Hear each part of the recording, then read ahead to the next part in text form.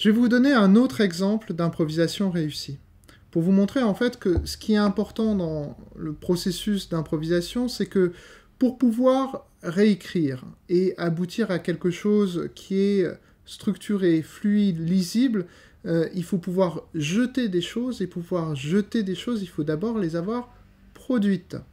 Et donc, épisode 2, séquence 5, prise 2. Ce qui est indissociable de l'improvisation, c'est la surproduction. Vous allez improviser pour surproduire. En quel sens vous surproduisez?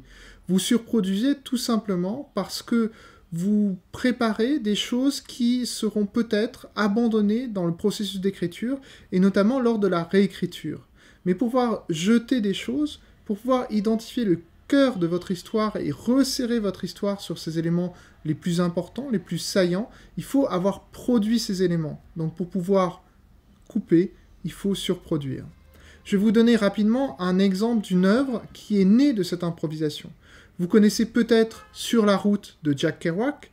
Sur la route de Jack Kerouac, c'est une œuvre qui a été publiée en 1957, mais qui est en fait la réécriture d'une première œuvre, d'une première version de Sur la route, qui a été écrite, elle, en 1951.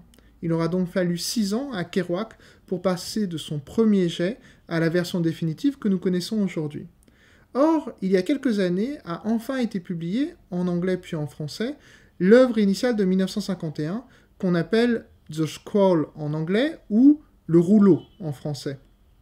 On l'appelle ainsi puisque Jack Kerouac, en quelques semaines, en écoutant de la musique jazz et comme s'il était en train lui-même d'écrire du jazz, a improvisé l'histoire de Sur la route en collant les unes aux autres toutes les feuilles qui sortaient de sa machine à écrire. Et c'est pour ça qu'il a fini par composer un rouleau.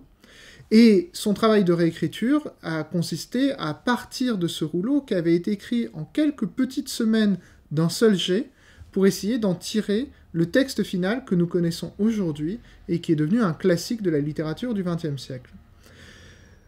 Donc, pour pouvoir structurer quelque chose, aboutir à une forme, il faut surproduire, et pour surproduire, il faut improviser. Si ça a marché pour Jack Kerouac, ça devrait marcher pour vous.